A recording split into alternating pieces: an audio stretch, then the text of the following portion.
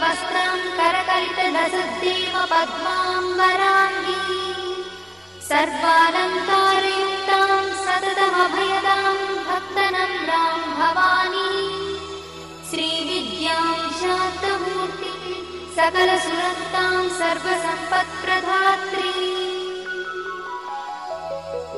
श्रीमाता श्रीमहाराज्ञी श्रीमत्सिंहासनेश्वरी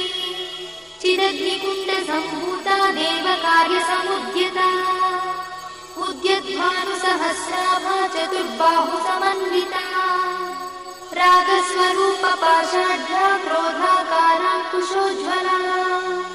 मनोरूपेक्षुकोदण्डा पञ्चतन्मात्रसायका